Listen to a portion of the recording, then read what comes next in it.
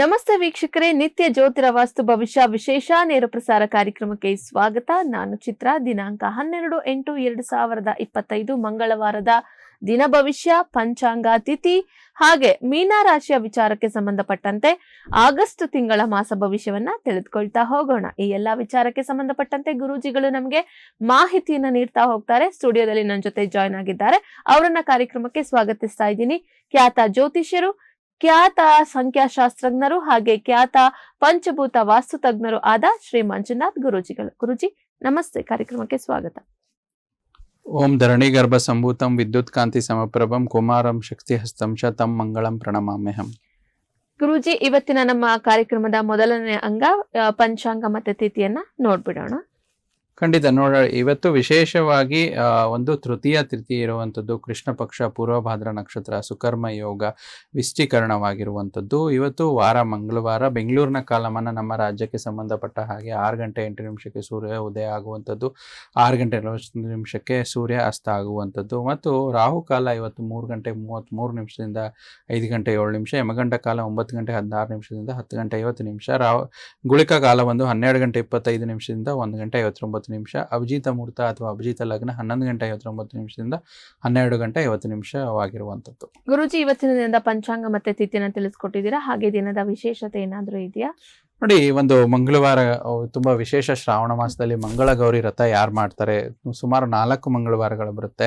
ಈ 4 ಮಂಗಳವಾರಗಳಲ್ಲಿ ಯಾವುದಾದ್ರೂ ಒಂದು ಮಂಗಳವಾರ ವಿಶೇಷವಾಗಿ ಹೊಸದಾಗಿ ಮದುವೆ ಆದವರು 5 ವರ್ಷಗಳ ಕಾಲ ಈ ಒಂದು ಮಂಗಳ ಗೌರಿ ವ್ರತ ಮಾಡೋದ್ರಿಂದ ಅವರಿಗೆ ಈ ಸುಮಾರು ಮದುವೆ ಸಮಸ್ಯೆಗಳಲ್ಲಿ ಕುಜದೋಷ ಅನ್ನೋದು ತುಂಬಾ ಆಗಿರುತ್ತೆ. ಕುಜದೋಷಕ್ಕೆ ಪರಿಹಾರ ಮಾಡಿಕೊಂಡ್ರು ಕೂಡ ಅವರು ಸಮಸ್ಯೆ ಎದುರಿಸ್ತಾ ಇರ್ತಾರೆ.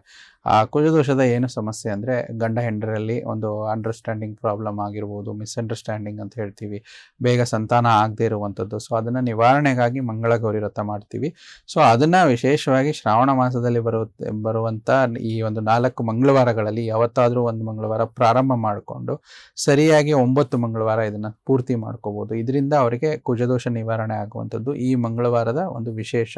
ಮತ್ತು ಹೆಚ್ಚು ಮಂಗಳವಾರಗಳು ಭೂಮಿ ಪುತ್ರಕಾರಕ ಮಂಗಳ ಗ್ರಹ ಅಂತ ಹೇಳ್ತೀವಿ. ಏನಾದರೂ ಒಂದು ಭೂಮಿಗೆ ಸಂಬಂಧಪಟ್ಟಂಥದ್ದು ರಿಜಿಸ್ಟ್ರೇಷನ್ಸ್ಗಳು ಮಾಡ್ಕೋಬೇಕು, ಏನೇ ಒಂದು ಹೊಸ ಮಾತುಕತೆ ಇದು ಮಾಡಬೇಕು, ಮತ್ತೆ ಒಂದು ಟೋಕನ್ ಅಡ್ವಾನ್ಸ್ ಅಂತ ಕೊಡಬೇಕು, ಸೇಲ್ ಅಗ್ರಿಮೆಂಟ್ ಮಾಡ್ಕೋಬೇಕು. ಈ ಒಂದು ಶ್ರಾವಣದ ಮಂಗಳವಾರ ತುಂಬಾ ಶುಭವಾಗಿರುವಂಥದ್ದು. ಗುರುಜಿ, ದಿನದ ವಿಶೇಷತೆಯನ್ನ ಕೂಡ ತಿಳಿಸ್ಕೊಂಡಿದ್ದೀರಾ. ಹಾಗೆ ಅದು ಎಷ್ಟು ಶುಭದಾಯಕವಾದ ದಿನ ಇವತ್ತು ಅಂತಾನು ಹೇಳಿ ಕೂಡ ನಮ್ಮ ವೀಕ್ಷಕರಿಗೆ ಅದನ್ನ ತಿಳಿಸ್ಕೊಟ್ಟಿದ್ದೀರಾ. 12 ರಾಶಿಗಳ ದಿನ ಭವಿಷ್ಯವನ್ನ ಕೂಡ ಪ್ರಾರಂಭ ಮಾಡೋಣ ಗುರುಜಿ. ಮೊದಲನೇದಾಗಿ ಮೇಷರಾಶಿ. ಮೇಷರಾಶಿ ನಿಮ್ಮ ದೈಹಿಕ ರಚನೆಯನ್ನು ಕಾಯ್ದುಕೊಳ್ಳುವ ನೆರವಾಗುವ ಕೆಲವು ಕ್ರೀಡಾ ಚಟುವಟಿಕೆಗಳನ್ನು ಇಂದು ನೀವು ಮಾಡಿ ಆನಂದಿಸಬಹುದು. ಮೇಷರಾಶಿಯ ನಂತರ ಮುಂದಿನ ರಾಶಿ ವೃಷಭ ರಾಶಿ. ಮನೆಯ ಅಗತ್ಯಗಳನ್ನು ನೋಡುತ್ತಾ ಇಂದು ನೀವು ನಿಮ್ಮ ಜೀವನ ಸಂಗಾತಿಯೊಂದಿಗೆ ಯಾವುದೋ ಒಂದು ಅಮೂಲ್ಯ ವಸ್ತುವನ್ನು ಖರೀದಿಸಬಹುದು. ಇದರಿಂದ ಸ್ವಲ್ಪ ಆರ್ಥಿಕ ಪರಿಸ್ಥಿತಿ ಸ್ವಲ್ಪ ತೊಂದರೆಗೊಳಗಾಗಬಹುದು. ಆದರೂ ತೊಂದರೆ ಇಲ್ಲ, ಅವರಿಗೆ ಮನೆಯವರಿಗೆ ಖುಷಿ ಪಡಿಸಿದ್ರೆ ನಿಮ್ಮ ದಿನ ಚೆನ್ನಾಗಿರುತ್ತೆ. ವೃಷಭ ರಾಶಿಯ ವಿಚಾರಕ್ಕೆ ಸಂಬಂಧಪಟ್ಟಂತೆ ಇವತ್ತಿನ ದಿನ ಭವಿಷ್ಯವನ್ನ ತಿಳಿದುಕೊಂಡ್ವಿ. ಹಾಗೆ ಮುಂದಿನ ರಾಶಿ ಮಿಥುನ ರಾಶಿ.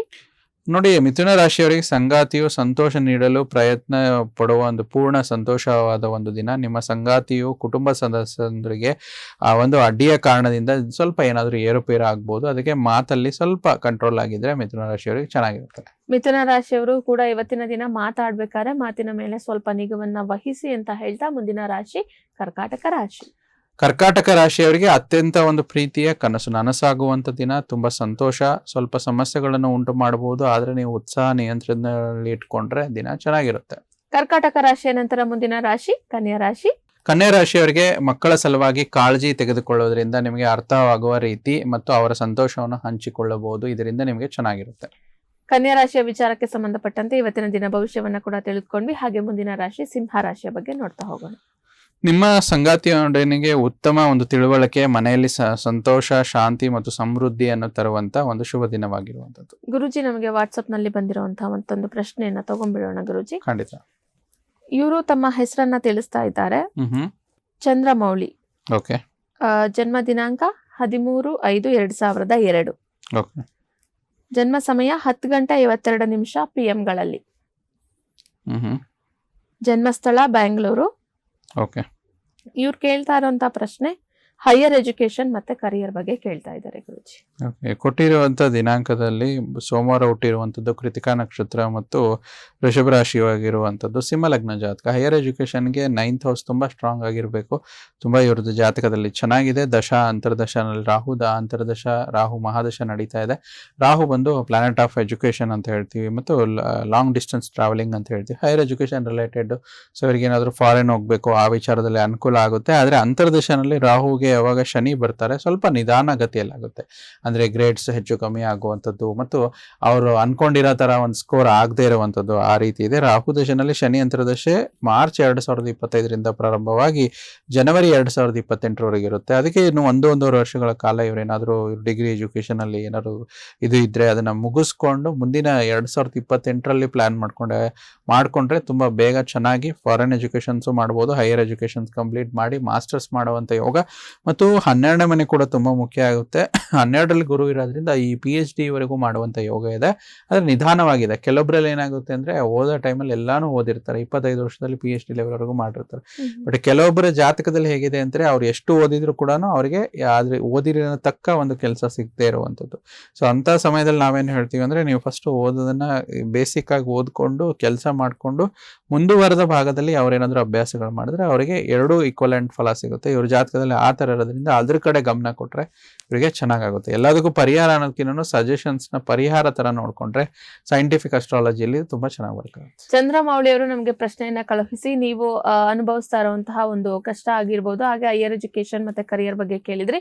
ಈ ಬಗ್ಗೆ ಗುರೂಜಿಗಳು ಸಹ ಉತ್ತರವನ್ನ ನೀಡಿದ್ದಾರೆ. ಏನು ಪರಿಹಾರ ಭಾಗವಾಗಿ ತಿಳಿಸ್ಕೊಟ್ಟಿದ್ದಾರೆ ಆದಷ್ಟು ಬೇಗ ಮಾಡ್ಕೊಳ್ಳಿ. ವೀಕ್ಷಕರೇ, ನೀವು ಕೂಡ ನೇರ ಪ್ರಸಾರ ಕಾರ್ಯಕ್ರಮಕ್ಕೆ ಕಾಲ್ ಮಾಡಿ ಗುರೂಜಿಗಳ ಬಳಿ ಮಾತನಾಡಿ ಅಂತ ಹೇಳಿ ತಿಳಿಸ್ತಾ ಮುಂದಿನ ರಾಶಿಯ ಬಗ್ಗೆ ನೋಡ್ತಾ ಹೋಗೋಣ. ಗುರೂಜಿ, ತುಲಾ ರಾಶಿ.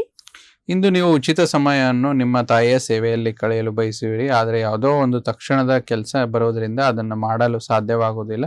ಆದ್ರಿಂದ ಚಿಂತೆ ಬೇಡ. ಎಷ್ಟು ಸಮಯ ಸಿಕ್ಕಷ್ಟಾದ್ರೂ ಮಾಡಿ. ಅದರಿಂದ ನಿಮಗೆ ನೆಮ್ಮದಿ ತೃಪ್ತಿ ಸಿಗುವಂತ ದಿನ. ತುಲಾ ರಾಶಿಯ ನಂತರ ಮುಂದಿನ ರಾಶಿ ವೃಶ್ಚಿಕ ರಾಶಿ.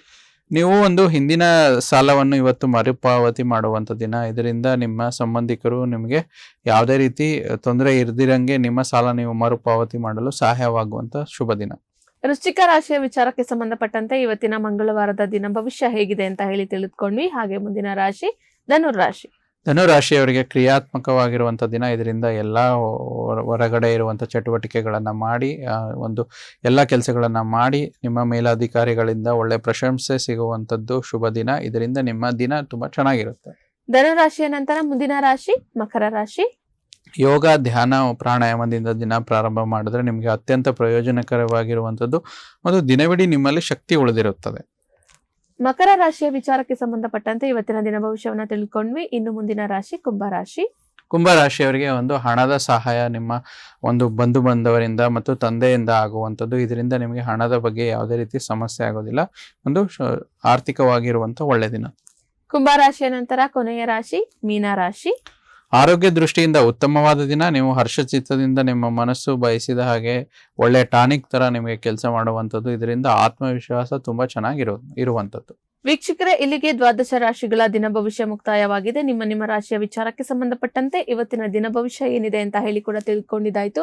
ನೀವು ಕೂಡ ವಾಟ್ಸ್ಆಪ್ ನಲ್ಲಿ ಪ್ರಶ್ನೆಯನ್ನ ಕಳುಹಿಸಿ, ನಾವು ನೇರ ಪ್ರಸಾರದಲ್ಲಿ ಕೂಡ ಪ್ರಶ್ನೆಯನ್ನ ತಗೊಳ್ತೀವಿ. ನಿಮ್ಮ ಹೆಸರನ್ನ ಸೂಚಿಸಬೇಕು ಅಂದ್ರೆ ಖಂಡಿತವಾಗಿಯೂ ಹೆಸರನ್ನ ಸೂಚಿಸ್ತೀವಿ, ಬೇಡ ಅಂದ್ರೆ ಅಲ್ಲಿಗೆ ಹೆಸರನ್ನ ಕೂಡ ಸೂಚನೆಯನ್ನ ಮಾಡೋದಿಲ್ಲ ಅಂತ ಹೇಳ್ತಾ, ಗುರುಜಿ ಮತ್ತೊಂದು ಪ್ರಶ್ನೆ ಇದೆ, ತಗೊಂಡ್ಬಿಡೋಣ. ಇವ್ರ ಹೆಸರು ಬಾಬು. ಓಕೆ. 31/5/2000 31/5/2000 ಅಂತ ಹೇಳಿ ಅವರ ಜನ್ಮ ದಿನಾಂಕವನ್ನ ಹೇಳ್ತಾ ಇದ್ದಾರೆ. ಹುಟ್ಟಿದಂತಹ ಸಮಯ 11:52 AM ಗಳಲ್ಲಿ. ಜನ್ಮಸ್ಥಳ ಬಂದು ಬಳ್ಳಾರಿ. ಗುರೂಜಿ, ಇವರು ಹೈಯರ್ ಎಜುಕೇಶನ್ ಮತ್ತೆ ಕರಿಯರ್ ಬಗ್ಗೆ ಪ್ರಶ್ನೆಯನ್ನ ಕೇಳ್ತಾ ಇದ್ದಾರೆ. ನೋಡಿ, ಬಾಬು ಯಾರು ಕಳಿಸಿದ್ದಾರೆ, ಜಾತಕದ ಪ್ರಕಾರ ಸಿಂಹ ಲಗ್ನ ಮತ್ತು ಮೇಷರಾಶಿ, ಭರಣಿ ನಕ್ಷತ್ರ. ಮುಖ್ಯ ಪ್ರಶ್ನೆ ಏನಿದೆ? ಹೈಯರ್ ಎಜುಕೇಶನ್ ಮತ್ತೆ ಕರಿಯರ್. ನೋಡಿ, ಕರಿಯರ್, ಹೈಯರ್ ಎಜುಕೇಶನ್. ಮೊದಲೇದಾಗಿ ಹೈಯರ್ ಎಜುಕೇಶನ್ ತುಂಬಾ ಚೆನ್ನಾಗಿದೆ. ಭಾಗ್ಯಸ್ಥಾನದಲ್ಲಿ ಯಾರಿಗೆ ಶನಿ ಗುರು ಸಂಬಂಧ ಬರುತ್ತೆ, ಅದರಲ್ಲೂ ಚಂದ್ರ ಬರುವಂತದ್ದು. ಚಂದ್ರ ಒಂದು ಫಾಸ್ಟ್ ಮೂವಿಂಗ್ ಪ್ಲಾನೆಟ್ ಅಂತ ಹೇಳ್ತೀವಿ. ಇವರಿಗೆ ತುಂಬಾ ಒಳ್ಳೆಯ ರಿಸಲ್ಟ್ಸ್ ನ ಕೊಡುತ್ತೆ. ಕರಿಯರ್ ಅಂತಂದ್ರೆ ನಾವೇನ್ ಹೇಳ್ತೀವಿ ಅಂದ್ರೆ 10ನೇ ಮನೆಯಲ್ಲಿ ನೋಡಿ, ಯಾವಾಗ ದಶಮಾಧಿಪತಿ ದಶಮ ಸ್ಥಾನದಲ್ಲಿ ಇದ್ದಾಗ ಒಳ್ಳೆ ಕರಿಯರ್. ಅಂದ್ರೆ ಯಾವ ರೀತಿ ಒಳ್ಳೇದಂದ್ರೆ, ಈಗ ನೋಡಿ ತುಂಬಾ ಜನ ಓದಿರೋದೊಂದು, ಅವ್ರ ಕೆಲಸ ಮಾಡ್ತಿರೋದೊಂದು. ಅಂದ್ರೆ ಅವ್ರ ಕೆಲ್ಸಕ್ಕೂ ಓದಿಗೂ ಸಂಬಂಧ ಇರಲ್ಲ. ಅವರಿಗೆ ಸ್ವಲ್ಪ ಏನೋ ಒಂಥರ ಇರಿಟೇಷನ್ಸ್ ಆಗ್ತಿರುತ್ತೆ. ಇರುತ್ತೆ. ಅಂದ್ರೆ ಕೆಲವೊಬ್ರು ಏನ್ ಮಾಡ್ತಾರೆ, ಇದು ಎಲ್ಲರೂ ಮಾಡ್ತಾ ಇದಾರೆ, ಈ ಕೆಲಸನ ಮಾಡ್ಬೇಕು ಅಂತ ಮಾಡ್ತಾರಲ್ವಾ, ಸೊ ಆ ರೀತಿ. ಬಟ್ ಆದ್ರೆ ಇವ್ರ ಜಾತಕ ಯಾರು ಪ್ರಶ್ನೆ ಕಳ್ಸಿದಾರಲ್ಲ, ದಶಮಾಧಿಪತಿ ದಶಮದಲ್ಲಿದ್ರೆ ಅವ್ರಿಗೆ ಇಷ್ಟಪಟ್ಟಿರುವಂತ ಕೆಲಸ ನಿಮಗೆ ಸಿಗುವಂಥದ್ದು. ಅದ್ರ ಜೊತೆಗೆ ಸೂರ್ಯ ಮತ್ತೆ ಮಂಗಳ ಇರೋದ್ರಿಂದ ತುಂಬಾ ಒಂದು ಒಳ್ಳೆ ಕೆಲಸದಲ್ಲಿ ಕಂಫರ್ಟ್ ಆ ರೀತಿ ತುಂಬಾ ಚೆನ್ನಾಗಿರುತ್ತೆ. ಸೊ ಕರಿಯರ್ ಓರಿಯೆಂಟೆಡ್ ಚಾರ್ಟ್ ತುಂಬಾ ಚೆನ್ನಾಗಿದೆ. ಸೊ ಇವ್ರು ಏನಾದ್ರು ಕೆಲಸದ ಅವಕಾಶಗಳು ಸಿಕ್ಕರೆ ಮೊದಲೇ ಒಂದು 4-5 ವರ್ಷ ಇವ್ರು ಕೆಲಸ ಮಾಡ್ಲಿ, ಅಲ್ಲಿಂದನೇ ಅವರಿಗೆ ಆ ಕಂಪನಿ ಅಥವಾ ಅವ್ರು ಎಲ್ಲಿ ಯಾವ ಸಂಸ್ಥೆಯಲ್ಲಿ ಕೆಲಸ ಮಾಡ್ತಿದಾರೋ ಅಲ್ಲಿಂದ ಇವರಿಗೆ ಫಂಡಿಂಗ್ ಸಿಗುವಂತ ಯೋಗ ಕೂಡ ಇರುವಂತದ್ದು. ಯಾಕಂದ್ರೆ ತುಂಬಾ ಜನಕ್ಕೆ ಹೈಯರ್ ಎಜುಕೇಶನ್ ಮಾಡ್ಬೇಕಂತ ಆಸಕ್ತಿ ಇರುತ್ತೆ, ಬಟ್ ಅವರಿಗೆ ಆ ಸೂಕ್ತ ಸಮಯ, ಸೂಕ್ತ ಫಂಡ್ಸ್ ಇರದೇ ಇರುವಂತದ್ದು ಸಮಸ್ಯೆ ಕೂಡ ಇರುವಂತದ್ದು. ಸೊ ಅದಕ್ಕೆ ಇವ್ರ ಜಾತಕ ತುಂಬಾ ಚೆನ್ನಾಗಿರುವಂತದ್ದು, ಅದರಲ್ಲಿ ಫಂಡಿಂಗ್ಸ್ ಆಗುವಂಥದ್ದು ಎಲ್ಲಿ ಇವ್ರು ಕೆಲಸ ಮಾಡ್ತಾರೆ. ಸೊ ಇವ್ರು ಫಸ್ಟ್ ಕೆಲಸದ ಒಂದು ಕ್ಷೇತ್ರಕ್ಕೆ ಆಯ್ದುಕೊಂಡು ಅಲ್ಲಿ ಚೆನ್ನಾಗಿ ಕೆಲಸ ಮಾಡಿದ್ರೆ ಚೆನ್ನಾಗಿದೆ. ಬರುವಂತ ಆಗಸ್ಟ್ ನಂತರನೇ, ಈಗ ಆಗಸ್ಟ್ ತಿಂಗಳ ನಡೀತಾ ಇದೆ, ಆಗಸ್ಟ್ ನಂತರ ಬರುವಂತ ಸೆಪ್ಟೆಂಬರ್ ಇಂದ ಇವ್ರ ಕೆಲಸದಲ್ಲಿ ಏಳಿಗೆ ಇದೆ. ಜೊತೆನಲ್ಲಿ ಅಲ್ಲಿಂದ ಇವರು ಮುಂಬರುವ ಫೆಬ್ರವರಿ 2026 ನಂತರ ಬೇಕಾದ್ರೆ ಹೈಯರ್ ಎಜುಕೇಶನ್ಗೂ ಕೂಡ ಕೆಲಸ ಮಾಡ್ತಾನೆ ಇವರು ಅವ್ರ ಕಡೆಯಿಂದ ಒಂದು ಸಪೋರ್ಟ್ ಇರೋದ್ರಿಂದ ಆ ತರ ಮುಂದುವರಿಬಹುದಾಗಿದೆ. ಸೊ ನಮಗೆ ಬಾಬು ಅವರು ಪ್ರಶ್ನೆಯನ್ನ ಕಳುಹಿಸಿ ನಿಮ್ಮ ಪ್ರಶ್ನೆಗೆ ಸಂಬಂಧಪಟ್ಟಂತೆ ಗುರೂಜಿಗಳ ಬಳಿ ಮಾತನಾಡೋದಕ್ಕೆ ಹೇಳಿದ್ರೆ ಗುರೂಜಿಗಳು ಸಹ ಉತ್ತರವನ್ನ ನೀಡ್ತಾ ಯಾವ್ಯಾವಾಗ ಏನ್ ಆಗುತ್ತೆ ನಿಮ್ಮ ಹೈಯರ್ ಎಜುಕೇಶನ್ ಮತ್ತೆ ಕರಿಯರ್ ವಿಚಾರಕ್ಕೆ ಸಂಬಂಧಪಟ್ಟಂತೆ ಗುರೂಜಿಗಳು ಸಹ ತಿಳಿಸ್ಕೊಟ್ಟಿದ್ದಾರೆ. ನೀವು ಕೂಡ ಕಾರ್ಯಕ್ರಮವನ್ನ ವೀಕ್ಷಿಸ್ತಾ ಇದ್ರೆ ಅದನ್ನ ತಿಳ್ಕೊಂಡು ಪರಿಹಾರ ಭಾಗವಾಗಿ ಎಲ್ಲದನ್ನ ಮಾಡ್ಕೊಳ್ಳಿ, ಒಳ್ಳೇದಾಗ್ಲಿ ಅಂತ ಹೇಳ್ತಾ ವೀಕ್ಷಕರೇ, ನೀವು ಸಹ ನಮ್ಮ ಕಾರ್ಯಕ್ರಮಕ್ಕೆ ಪ್ರಶ್ನೆಯನ್ನ ಕಳುಹಿಸಿ ಗುರೂಜಿಗಳು ನೇರವಾಗಿ ಉತ್ತರವನ್ನ ನೀಡ್ತಾರೆ ಅಂತ ಹೇಳಿ ತಿಳಿಸ್ತಾ, ಮೀನರಾಶಿಯ ವಿಚಾರಕ್ಕೆ ಏನಿದೆ ಸಂಬಂಧಪಟ್ಟಂತೆ ಆಗಸ್ಟ್ ತಿಂಗಳ ಮಾಸ ಭವಿಷ್ಯವನ್ನ ತಿಳ್ಕೊಳ್ಳೋದಕ್ಕೂ ಮುಂಚೆ ನಮ್ಗೆ ಲೈವ್ ಅಂದ್ರೆ ಯೂಟ್ಯೂಬ್ ನಲ್ಲಿ ನಮ್ಮ ಒಂದು ವಿಡಿಯೋವನ್ನ ವೀಕ್ಷಿಸುವಂತ ಸಮಯದಲ್ಲಿ ಒಬ್ಬೊಬ್ರು ಕಮೆಂಟ್ ಮಾಡಿದ್ದಾರೆ. ಅವರ ಒಂದು ಡೇಟ್ ಆಫ್ ಬರ್ತ್ ಅನ್ನ ಕಳಿಸಿ ನಮ್ಗೆ ರಾಶಿ ನಕ್ಷತ್ರವನ್ನ ತಿಳಿಸಿ ಅಂತ ಹೇಳಿದ್ದಾರೆ. ಗುರುಜಿ ತಗೊಳ್ಳೋಣ ಅದನ್ನು ಸಹ. ಇವರು ರಾಜು ವಿಭೂತಿ ಅಂತ ಹೇಳಿ ಹೆಸರನ್ನ ಹೇಳಿರೋಂಥದ್ದು. ಅವ್ರ ಮಗ ದೇವರಾಜ್ ಅಂತ ಹೇಳಿ. ದೇವರಾಜ್ ಅಂತ ಹೌದು. ಅವರು ಜನ್ಮ ದಿನಾಂಕವನ್ನ ತಿಳಿಸ್ತಾ ಇದ್ದಾರೆ 17-3-2019 ಗುರುಜಿ. 17-3-2019. ಸಮಯ ಗೊತ್ತಿಲ್ಲ. ಇವ್ರು ಕೇಳ್ತಾ ಇರೋಂಥದ್ದು ರಾಶಿ ನಕ್ಷತ್ರವನ್ನ ತಿಳಿಸ್ಕೊಡಿ ಅಂತ ಕೇಳ್ತಾ ಇದ್ದಾರೆ. ಸೊ ಇವರ ಒಂದು ದೇವರಾಜ್ ಅವರ ಜಾತಕದ ವಿಚಾರವಾಗಿ ಹುಟ್ಟಿರುವಂತದ್ದು ಭಾನುವಾರ, ಪುಷ್ಯ ನಕ್ಷತ್ರ ಬರುತ್ತೆ ಮತ್ತು ಕರ್ಕಾಟಕ ರಾಶಿ ಬರುತ್ತೆ. ಸೊ ರಾಶಿ ನಕ್ಷತ್ರದ ವಿಚಾರದಲ್ಲಿ ಸಮಯ ಗೊತ್ತಿಲ್ಲ. ಸಮಯ ಗೊತ್ತಿದ್ರೆ ಅವ್ರ ಜನ್ಮ ಲಗ್ನ ಮತ್ತು ಅವರ ಪ್ರಶ್ನೆ ಏನಿದ್ರು ದಶಾಭುಕ್ತಿ ಅನುಸಾರವಾಗಿ ಫಲಗಳು ಹೇಳ್ಬೋದು. ಆದ್ರೆ ಇವ್ರು ಬರೀ ಇಷ್ಟನ್ನು ಮಾತ್ರ ಕೇಳಿರೋದ್ರಿಂದ ಪುಷ್ಯ ನಕ್ಷತ್ರ ಬರುತ್ತೆ, ಕರ್ಕಾಟಕ ರಾಶಿ ಬರುತ್ತೆ, ಭಾನುವಾರ ಹುಟ್ಟಿರುವಂತದ್ದು. ಈ ರೀತಿ ಅವ್ರ ರಾಶಿ ನಕ್ಷತ್ರ ಆಗಿರುವಂತದ್ದು ದೇವರಾಜ್ ಅವ್ರದ್ದು. ಸೊ ನಮ್ಗೆ ಯೂಟ್ಯೂಬ್ ನಲ್ಲಿ ಕಮೆಂಟ್ ಕಳಿಸಿ ರಾಜು ವಿಭೂತಿ ಅವರು ಕೂಡ ಏನು ನಕ್ಷತ್ರ ಮತ್ತೆ ರಾಶಿಯನ್ನ ತಿಳಿಸ್ಕೊಡೋದಕ್ಕೆ ಗುರೂಜಿಗಳ ಬಳಿ ಕೇಳಿದ್ರಿ. ಗುರೂಜಿಗಳು ಕೂಡ ತಿಳಿಸ್ಕೊಟ್ಟಿದ್ದಾರೆ. ನೀವು ಕೂಡ ವಿಡಿಯೋವನ್ನ ನೋಡ್ತಾ ಇದ್ರೆ ತಿಳಿದುಕೊಳ್ಳಿ ಅಗತ್ಯವಾಗಿ ಅಂತ ಹೇಳ್ತಾ, ಗುರೂಜಿ ಮೀನರಾಶಿಯ ವಿಚಾರಕ್ಕೆ ಸಂಬಂಧಪಟ್ಟಂತೆ ಆಗಸ್ಟ್ ತಿಂಗಳಲ್ಲಿ ಗ್ರಹ ಗೋಚಾರದ ಪ್ರಭಾವ ಯಾವ ರೀತಿಯಾಗಿದೆ, ಅದರ ಒಂದು ಆಧಾರದ ಮೇಲೆ ರಾಶಿ ಫಲ ಏನ್ ಹೇಳುತ್ತೆ ಗುರೂಜಿ? ನೋಡಿ, ತುಂಬಾ ವಿಶೇಷವಾಗಿ ಗ್ರಹ ಗೋಚಾರಗಳ ಬದಲಾವಣೆ ನೋಡೋದಾದ್ರೆ ದೊಡ್ಡ ದೊಡ್ಡ ಗ್ರಹಗಳ ಬದಲಾವಣೆ ಆಗಿದೆ, ಸಣ್ಣ ಪುಟ್ಟ ಗ್ರಹಗಳ ಬದಲಾವಣೆ. ಮೊದಲನೇದಾಗಿ ಸೂರ್ಯ ಭಗವಾನರು ಇವರಿಗೆ ಮೀನರಾಶಿಯವರಿಗೆ ಷಷ್ಠ ಭಾವಕ್ಕೆ ಬರುವಂಥದ್ದು ಆಗಸ್ಟ್ 17ನೇ ತಾರೀಕು ನಂತರ. ಷಷ್ಠಾಧಿಪತಿ ಷಷ್ಠ ಸ್ಥಾನಕ್ಕೆ ಬಂದಾಗ ವಿಪರೀತ ರಾಜಯೋಗ. ಯಾಕೆಂದರೆ ಯಾವುದೇ ಒಂದು ಪಾಪಗ್ರಹಗಳು ದುಸ್ಥಾನದಲ್ಲಿ ಒಳ್ಳೆ ಫಲಗಳು ಕೊಡುತ್ತೆ. ಮೀನರಾಶಿಯವರಿಗೆ ಸೂರ್ಯ ಷಷ್ಠಾಧಿಪತಿಯಾಗಿ ಷಷ್ಠ ಸ್ಥಾನಕ್ಕೆ ಬರುವಂಥದ್ದು ಒಳ್ಳೇದಂತ ಹೇಳ್ತೀವಿ. ಮತ್ತು ಆಗಸ್ಟ್ 20ನೇ ತಾರೀಕು ನಂತರ ಶುಕ್ರ ಗ್ರಹರು ಕೂಡ ಅಷ್ಟಮ ಭಾವದಿಂದ ಭಾಗ್ಯ ಭಾವಕ್ಕೆ ಹೋಗುವಂಥದ್ದು ತುಂಬಾ ಒಳ್ಳೇದಂತ ಹೇಳ್ತೀವಿ. ತ್ರಿಕೋನ ಸ್ಥಾನ ಮೀನರಾಶಿಯವರಿಗೆ ತುಂಬಾ ಒಳ್ಳೇದಾಗುವಂಥದ್ದು. ಮತ್ತೆ ಬುಧ ಗ್ರಹ ತನ್ನ ಮಿತ್ರನ ಮನೆ ಸಿಂಹ ರಾಶಿಗೆ ಆಗಸ್ಟ್ 30ನೇ ತಾರೀಕು ನಂತರ ಬರುವಂಥದ್ದು. ಅಲ್ಲಿವರೆಗೂ ನಿಮಗೆ ಪಂಚಮ ಸ್ಥಾನದಲ್ಲೇ ಬುಧನ ಒಂದು ಗೋಚಾರ ನಿಮಗೆ ಒಂದು ಬಲಿಷ್ಠವಾಗಿ ಇರುವಂಥದ್ದು. ಈ ರೀತಿ ಪ್ರಮುಖ ಒಂದು 3 ಚಿಕ್ಕ ಪುಟ್ಟ ಬದಲಾವಣೆ ನೋಡ್ಬೋದು. ಅದೇ ರೀತಿ ನಾವು ಪ್ರತಿಯೊಂದು ಸಂಚಿಕೆಯಲ್ಲಿ ಗುರು ಬದಲಾವಣೆ, ಶನಿ ಬದಲಾವಣೆ, ಅಂದ್ರೆ ಗುರುವಿನ ಫಲ, ಶನಿಯ ಫಲ ರಾಶಿಯವರಿಗೆ ಹೇಗಿರುತ್ತೆ ಅಂತ ನೋಡಿದಾಗ ಗುರು ಭಗವಾನರು ನಿಮಗೆ ರಾಷ್ಟ್ರಾಧಿಪತಿಯಾಗಿ ಚತುರ್ಥ ಭಾವದಲ್ಲೇ ಇರುವಂಥದ್ದು, ಬಲಿಷ್ಠವಾಗಿ ಸುಖ ಸ್ಥಾನದಲ್ಲೇ ಇರುವಂಥದ್ದು. ಏನ್ ಹೇಳ್ತೀವಿ ಅಂದ್ರೆ ಗುರುಬಲ ಇಲ್ಲ ಮೀನರಾಶಿಯವರಿಗೆ, ಆದ್ರೆ ಗುರು ಚತುರ್ಥ ಭಾವದಲ್ಲಿ ಅಂದ್ರೆ ಸುಖ ಭಾವದಲ್ಲಿ ಇರೋದ್ರಿಂದ ಒಂದು ಮನೆ ಆಗಿರ್ಬೋದು, ಕಂಫರ್ಟ್ಸ್ ಆಗಿರ್ಬೋದು, ಮತ್ತೆ ಅವರ ಒಂದು ಇದರ ವಿಚಾರದಲ್ಲಿ ಸ್ವಯಂ ವಿಚಾರವಾಗಿ ತುಂಬಾ ಒಳ್ಳೇದಿರುತ್ತೆ. ವಿಶೇಷವಾಗಿ ಮೀನರಾಶಿ ತಾಯಂದ್ರಿಗೆ ತುಂಬಾ ಚೆನ್ನಾಗಿರುವಂಥದ್ದು ಈ ಒಂದು ಆಗಸ್ಟ್ ತಿಂಗಳಲ್ಲಿ ನೋಡ್ತೀವಿ. ಮತ್ತು ಸ್ವಲ್ಪ ಶನಿಯ ಪ್ರಭಾವ ಇನ್ನೇನು ಮೀನರಾಶಿಯವರಿಗೆ ನಡೀತಾ ಇರುವಂತ ಮಧ್ಯ ಸಾಡೆ ಮಂಗಳಾತಿ ಕೆಲಸ ಕಾರ್ಯಗಳಲ್ಲಿ ನಿಧಾನವಾಗಿರುತ್ತೆ. ಮನಸ್ಸು ಸ್ವಲ್ಪ ಏನೇ ಮಾಡಿದ್ರು ಹೊಸತನ್ನ ಕಾಣ್ತಾ ಇರೋದಿಲ್ಲ. ಆದ್ರೂ ಕೂಡ 7.5 ಶನಿಗೆ ಸಂಬಂಧಿತವಾಗಿರುವಂಥದ್ದು. ಶನಿಗೆ ಪರಿಹಾರ ನಾವು ಕೊನೆ ಭಾಗದಲ್ಲಿ ಕೂಡ ಹೇಳ್ತೀವಿ. ಆದ್ರೆ ಶನಿವಾರ ಶನಿ ಮಹಾತ್ಮನ ದೇವಸ್ಥಾನಕ್ಕೆ ಹೋಗುವಂಥದ್ದು, ಎಳ್ಳೆಣ್ಣೆ ಕೊಡುವಂಥದ್ದು, ಅದು ಶನಿ ಚಾಲಿಸ ಹೇಳುವಂಥದ್ದು, ಇದು ಕೂಡ ಪರಿಹಾರ ಭಾಗವಾಗಿ ಕೆಲಸ ಮಾಡುತ್ತೆ. ಈ ರೀತಿ ಬಹುಮುಖ್ಯವಾಗಿ ಗುರು ಮತ್ತು ಶನಿಯ ಪ್ರಭಾವ ಈ ರೀತಿ ಇರುವಂಥದ್ದು. ಚಿಕ್ಕ ಪುಟ್ಟ ಗ್ರಹಗಳು ಒಂದು ಪ್ರಭಾವ ಈ ರೀತಿ 3 ಗ್ರಹಗಳ ಬದಲಾವಣೆ ಮತ್ತು ಶ್ರಾವಣ ಮಾಸ ಪೂರ್ಣ ಮಾಸದ ಸಿಗುವಂಥದ್ದು, ವಿಶೇಷವಾಗಿ ಅಂಗಾರಕ ಜಯಂತಿ ಸಿಗುವಂಥದ್ದು ನಿಮ್ಮ ಒಂದು ಮೀನರಾಶಿಯವರಿಗೆ ಇದು ತುಂಬಾ ಶುಭ ಅಂತ ಹೇಳ್ತೀವಿ. ಮತ್ತೆ ಶ್ರಾವಣದಲ್ಲಿ ಹಬ್ಬಗಳ ಆಚರಣೆ ವಿಚಾರದಲ್ಲಿ ಶ್ರಾವಣ ಸೋಮವಾರ ಆಗಿರ್ಬೋದು, ಶ್ರಾವಣ ಶನಿವಾರಗಳಾಗಿರ್ಬೋದು ಮತ್ತು ಶ್ರಾವಣ ಶುಕ್ರವಾರಗಳಾಗಿರ್ಬೋದು, ಒಂದು ಪ್ರತಿಯೊಂದು ಆಚರಣೆ ವಿಚಾರದಲ್ಲಿ ತುಂಬಾ ಒಳ್ಳೆಯದು ಅಂತ ಹೇಳ್ತೀವಿ. ಮತ್ತೆ ಪೂರ್ಣ ಪ್ರಮಾಣದಲ್ಲಿ ದೈವ ಬಲ, ದೈವರ ಆಶೀರ್ವಾದ ಮೀನರಾಶಿಯವರಿಗೆ ಇರುವಂಥದ್ದು ಕೂಡ ಈ ಒಂದು ವಿಶೇಷ ಒಂದು ಆಗಸ್ಟ್ ತಿಂಗಳಲ್ಲಿ ನೋಡ್ತಾ ಬರ್ತೀವಿ. ಗುರುಜಿ, ಇನ್ನು ನೀವು ತಿಳಿಸಿರೋ ಪ್ರಕಾರ ಇನ್ನೂ ಕೂಡ ವಿಸ್ತೃತವಾಗಿ ನೋಡ್ತಾ ಹೋಗೋದಾದ್ರೆ ಗ್ರಹ ಗೋಚಾರದ ಪ್ರಭಾವ ಮೀನರಾಶಿಯವರಿಗೆ ಯಾವ ರೀತಿ ಪ್ರಭಾವ ಬೀರುತ್ತೆ? ನೋಡಿ, ಗ್ರಹ ಗೋಚಾರದ ಪ್ರಭಾವ ಮೊದಲನೇದಾಗಿ ರಾಷ್ಟ್ರಾಧಿಪತಿ ಕರ್ಮಾಧಿಪತಿಯಾದ ಗುರು ಭಗವಾನರು ಚತುರ್ಥ ಭಾವದಲ್ಲಿ ಇದ್ದು, ಗುರು ಸ್ವಲ್ಪ ಗುರುಬಲ ಇಲ್ಲ, ಆದ್ರೆ ಗುರು ಚತುರ್ಥ ಭಾವದಲ್ಲಿ ಸುಖ ಸ್ಥಾನದಲ್ಲಿದ್ರೆ ಒಂದು ಒಳ್ಳೆ ಗೃಹ ಯೋಗ ಉತ್ಪತ್ತಿ ಆಗುವಂಥದ್ದು. ಅದರಲ್ಲೂ ಕೂಡ ಇಲ್ಲಿ ಏನಾಗುತ್ತೆ, ಬುಧ ಕೂಡ ಒಂದು ಗುರುವಿನ ಮನೆಯಿಂದ ಮುಂದೆ 4ನೇ ಮನೆಯಿಂದ ಪಂಚಮ ಸ್ಥಾನಕ್ಕೆ ಬರುವುದರಿಂದ ಒಂದು ಒಳ್ಳೆಯ ಅಭಿವೃದ್ಧಿ, ಭೂಮಿಯಿಂದ ಲಾಭ ಸಿಗುವಂಥದ್ದು, ಕುಟುಂಬದಲ್ಲಿ ವೃದ್ಧಿ ಮತ್ತು ಧನಸ್ಥಾನದಲ್ಲಿ ವೃದ್ಧಿ ಆಗುವಂಥದ್ದು. ಮತ್ತು ರಾಶಿಯಿಂದ ತೃತೀಯ ಅಷ್ಟಮಾಧಿಪತಿಯಾದ ಶುಕ್ರ ಗ್ರಹರು ಕೂಡ ಧೈರ್ಯ, ಸಾಹಸ, ಪರಾಕ್ರಮಕ್ಕೆ ಅಧಿಪತಿಯಾಗಿ ಒಂದು ಪಂಚಮ ಭಾವದಲ್ಲಿ ಗೋಚರ ಆಗ್ತಿರುವುದರಿಂದ ಇದರಿಂದ ಏನಾಗುತ್ತೆ ಅಂದ್ರೆ ಗಂಡ ಹೆಂಡತಿಯಲ್ಲಿರುವಂತ ವೈಮನಸ್ಸು ದೂರ ಆಗುವಂಥದ್ದು, ಅನ್ಯೋನ್ಯವಾಗಿರುವಂಥದ್ದು, ಸುಖವಾಗಿ ಬಾಳುವಂಥದ್ದು ನೋಡ್ತಾ ಬರ್ತೀವಿ. ಮತ್ತು ಇನ್ನು ಈ ರಾಶಿಯಲ್ಲಿ ಒಂದು ಶನೇಶ್ವರ ಪ್ರಭಾವ ಅಂದ್ರೆ ಏನ್ ಹೇಳ್ತೀವಿ ಅಂತಂದ್ರೆ, ನವಗ್ರಹ ಗೋಚಾರದಲ್ಲಿ ಶನೇಶ್ವರ ಪ್ರಭಾವ 7.5 ಪ್ರಭಾವ ಸ್ವಲ್ಪ ಜಾಸ್ತಿ ಇದೆ. ಮತ್ತು ಶನೇಶ್ವರ ಗ್ರಹರು ಲಾಭಾಧಿಪತಿ ಮತ್ತು ವ್ಯಯಾಧಿಪತಿಯಾಗಿ ರಾಶಿಯಲ್ಲಿರುವಂಥದ್ದು. ಲಾಭಾಧಿಪತಿ ಅಂದ್ರೆ ಬರುವಂತ ಲಾಭಗಳಲ್ಲಿ ಸ್ವಲ್ಪ ನಿಧಾನ ಬರುವಂಥದ್ದು ನೋಡ್ತೀವಿ. ಮತ್ತು ವ್ಯಯಾಧಿಪತಿಯಾಗಿ ಕೂಡ ರಾಶಿಯಲ್ಲಿರೋದ್ರಿಂದ ಸ್ವಲ್ಪ ಸ್ಲೀಪ್ ಡಿಸ್ಟರ್ಬೆನ್ಸ್ ಪ್ಯಾಟ್ರನ್ ಮತ್ತೆ ಏನೋ ಒಂದು ಭಯ, ಆತಂಕ ನಿರ್ಮಾಣ, ಯಾವುದೇ ರೀತಿ ಇನ್ನೇನೋ ಆಗ್ಬಿಡುತ್ತೋ, ಇನ್ನೇನೋ ತಲೆಯಲ್ಲಿ ಹಲವಾರು ವಿಚಾರಗಳಲ್ಲಿ ಆಗಸ್ಟ್ ತಿಂಗಳಲ್ಲಿ ಮೀನರಾಶಿಯವರಿಗೆ ಸ್ವಲ್ಪ ಹೆಚ್ಚಾಗಿ ಕಾಡುತ್ತಿರುವಂಥದ್ದು. ಅದ್ರ ಬಗ್ಗೆ ಗಮನ ಇರಲಿ. ಮತ್ತು ಶುಕ್ರನ ಗೋಚಾರ ತುಂಬಾ ಒಳ್ಳೆದಿದೆ, ಬುಧನ ಗೋಚಾರ ಕೂಡ ಒಳ್ಳೆದಿದೆ, ಸೂರ್ಯನ ಗೋಚಾರ ಮೊದಲೇದಾಗಿ ಸೂರ್ಯ ಷಷ್ಠಾಧಿಪತಿ ಷಷ್ಠ ಭಾವಕ್ಕೆ ಬರೋದ್ರಿಂದ ಪಾಪಗ್ರಹಗಳು ದುಸ್ಥಾನದಲ್ಲಿ ಒಳ್ಳೆ ಫಲಗಳು ಕೊಡುವಂಥದ್ದು.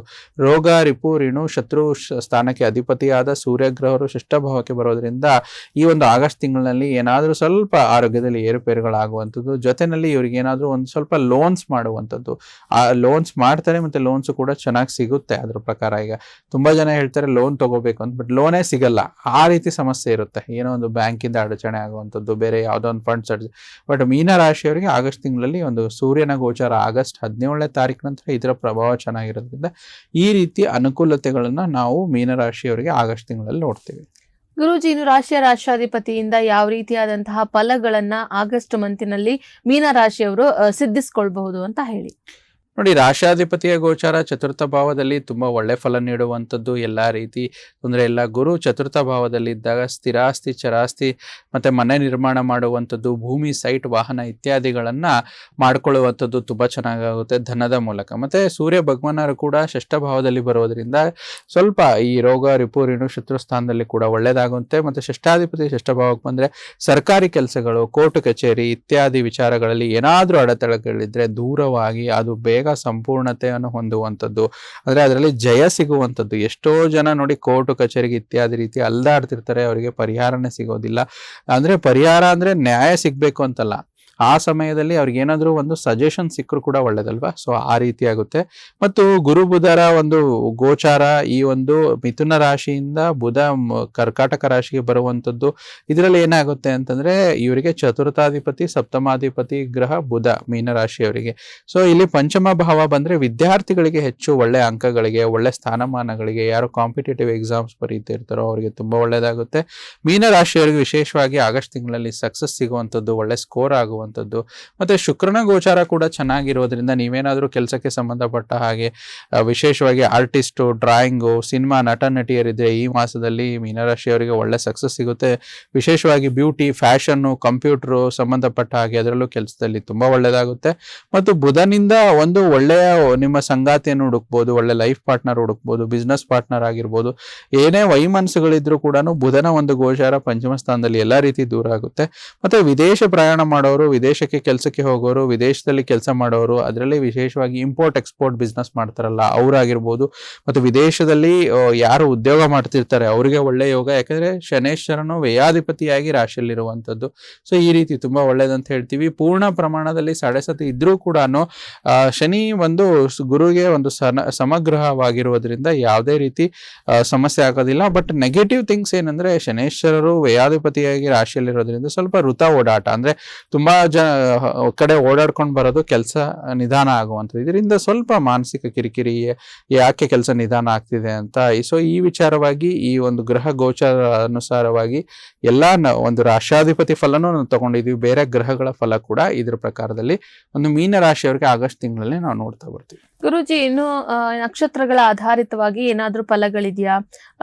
ಮೀನ ರಾಶಿಯವರು ಆಗಸ್ಟ್ ಮಂತ್ ನಲ್ಲಿ ಯಾವ ಒಂದು ಪರಿಹಾರ ಕ್ರಮವನ್ನ ಮಾಡ್ಕೊಳ್ಬೇಕು? ನೋಡಿ, ಖಂಡಿತ ನಕ್ಷತ್ರ ಆಧಾರಿತವಾಗಿ ಫಲಗಳಂತ ನೋಡಿದಾಗ ಬಹುಮುಖ್ಯವಾಗಿ 3 ನಕ್ಷತ್ರಗಳು ನಮಗೆ ಬರುವಂಥದ್ದು. ಪೂರ್ವ ಭಾದ್ರ, ಉತ್ತರ ಭಾದ್ರ, ರೇವತಿ ನಕ್ಷತ್ರ ಅಂತ ಹೇಳ್ತೀವಿ.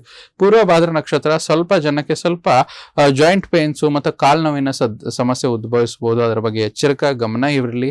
ಮತ್ತೆ ಉತ್ತರ ಭಾದ್ರ ನಕ್ಷತ್ರದವರಿಗೆ ಏನಾದರೂ ಯಾರು ಮದುವೆ ಮಾಡ್ತಾ ಇದ್ದಾರೆ, ಹೊಸ ಹುಡುಗ ಹುಡುಕ್ತಾ ಇದ್ದೀರಾ, ಮದುವೆ ಹೆಣ್ಣಿಗೆ ಗಂಡು ಸಿಗುವಂಥ ಒಂದು ಸುಸಮಯ, ಒಳ್ಳೆ ಕಡೆ ಸಂಬಂಧ ಸಿಗುವಂಥದ್ದು. ರೇವತಿ ನಕ್ಷತ್ರದವರು ಯಾವುದೇ ಒಂದು ಹೊಸ ವ್ಯಾಪಾರದಲ್ಲಿ ಒಂದು ಲಾಭ ತಂದು ಕೊಡುವಂಥದ್ದು, ವ್ಯಾಪಾರದ ಡೀಲ್ಗಳಲ್ಲಿ ಲಾಭ ಹೆಚ್ಚಾಗುವಂಥದ್ದು ನಾವು ನೋಡ್ತೀವಿ. ಪರಿಹಾರ ಭಾಗಗಳನ್ನು ನಾವು ನೋಡಿದಾಗ ಸ್ವಲ್ಪ ಶನಿಯ ಪ್ರಭಾವ ಹೆಚ್ಚಿರುವಂಥದ್ದು 7.5 ಅಂತ ಹೇಳ್ತೀವಿ. ಸೊ ಕಾಲಭೈರವನ ಆರಾಧನೆ ಮತ್ತು ಶನೇಶ್ವರನ ಆರಾಧನೆ ಮಾಡೋದು ಒಳ್ಳೆಯದು. ಸೊ ಕಾಲಭೈರವ ಸೂಕ್ತ ಅಂತ ಬರುತ್ತೆ, ಸೊ ಅದು ಕೂಡ ಮಾಡಿದ್ರೆ ತುಂಬಾ ಶುಭ ಅಂತ ಹೇಳ್ತೀವಿ. ಮತ್ತು ಪ್ರತಿ ಒಂದು ಶನಿವಾರ ಆಂಜನೇಯ ಸ್ವಾಮಿ ದೇವಸ್ಥಾನದಲ್ಲಿ ಎಳ್ಳೆಣ್ಣೆಯನ್ನು ಕೊಡುವಂಥದ್ದು. ಸೊ ಇದು ಕೂಡ ಒಂದು ಒಳ್ಳೆ ವಿಚಾರ ಅಂತ ಹೇಳ್ತೀವಿ. ಹನುಮಾನ್ ಚಾಲಿಸ ಜಪ ಮಾಡೋದು ಕೂಡ ಒಳ್ಳೆಯದು. ಮತ್ತೆ ಒಂದು ಪ್ರತಿ ಮಂಗಳವಾರ ಆದ್ರೆ ಸಾಧ್ಯವಾದ್ರೆ ಮನೆ ಹತ್ತಿರ ಯಾವ್ದಾರ ಕೋತಿಗಳು ಬಂದ್ರೆ ಅದಕ್ಕೆ ಬಾಳೆಹಣ್ಣನ್ನು ತಿನ್ನಿಸಿ, ಇದು ಒಳ್ಳೆ ಕೆಲಸ ಮಾಡುತ್ತೆ. ಮತ್ತು ಪ್ರತಿ ದಿನಾಲು ಓಂ ಬೃಹಸ್ಪತಿ ನಮಃ ಅಂತ 108 ಬಾರಿ ಜಪ ಮಾಡಿ ಮನೆ ಹತ್ರ ಇರುವ ದೇವಸ್ಥಾನಕ್ಕೆ ಹೋಗಿ ಒಂದು 10ರಿಂದ 20 ನಿಮಿಷಗಳ ಕಾಲ ಮೆಡಿಟೇಷನ್ ಮಾಡಿದ್ರೆ ಒಂದು ಮೀನರಾಶಿಯವರಿಗೆ ಈ ಒಂದು ಮಾಸದಲ್ಲಿ ಎಕ್ಸಲೆಂಟ್ ಆಗಿರುತ್ತೆ. ಗುರುಜಿ, ಇಷ್ಟೊತ್ತು ಕೂಡ ನಮ್ಮ ಜೊತೆ ಇದ್ದು ಮೀನರಾಶಿಯ ವಿಚಾರಕ್ಕೆ ಸಂಬಂಧಪಟ್ಟಂತೆ ಆಗಸ್ಟ್ ತಿಂಗಳ ಮಾಸ ಭವಿಷ್ಯವನ್ನ ತಿಳಿಸ್ಕೊಟ್ಟಿದ್ದೀರಾ. ಹಾಗೆ ನಮ್ಮ ವೀಕ್ಷಕರ ಪ್ರಶ್ನೆಗಳಿಗೆ ಮತ್ತೆ ಇವತ್ತಿನ ದಿನದ ರಾಶಿ ಭವಿಷ್ಯವನ್ನ ಕೂಡ ತಿಳಿಸ್ಕೊಟ್ಟಿದ್ದೀರಾ. ಗುರುಜಿ, ಧನ್ಯವಾದಗಳು. ಸರ್ವೇ ಜನೋ ಸುಖಿನೋ ಭವಂತು, ಸಮಸ್ತ ಸನ್ಮಂಗಳಾನಿ ಭವಂತು. ನೋಡಿದ್ರಲ್ಲ ವೀಕ್ಷಕರೇ, ಇವತ್ತಿನ ಈ ಸಂಚಿಕೆಯನ್ನ ಇಲ್ಲಿಗೆ ಮುಗಿಸ್ತಾ ಇದ್ದೀನಿ. ಮತ್ತೊಂದು ಸಂಚಿಕೆಯಲ್ಲಿ ಮತ್ತೊಂದು ವಿಶೇಷತೆಯೊಂದಿಗೆ ಭೇಟಿಯಾಗೋಣ. ನೋಡ್ತಾ ಇರಿ ಪ್ರಗತಿ ಟಿವಿ, ಇದು ನಿಮ್ಮಿಂದ ನಿಮಗಾಗಿ.